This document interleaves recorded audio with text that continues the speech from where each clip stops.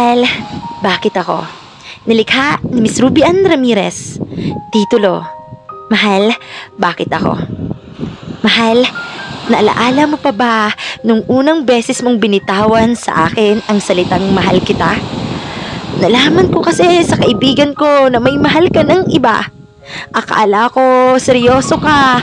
Yun pala, ako lang ang nagpapakatanga habang ikaw seryoso sa kanya. Habang ang luha ko ay sinasayang ko sa'yo, ikaw pala sa iba ay nagsiseryoso. Mahal, pasensya na. Hindi ko alam na may minamahal ka ng iba. Akala ko kasi ako lang ang iyong mahal.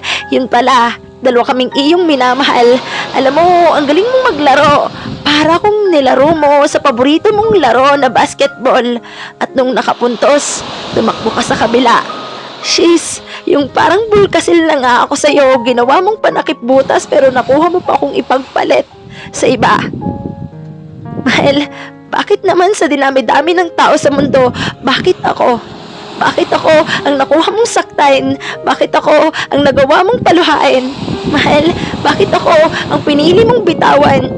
Pinili lang naman kitang mahalin. Pinili lang kita pero... Bakit? Bakit ako? Pinili lang kita pero bakit puro sakit ang iyong isinukli?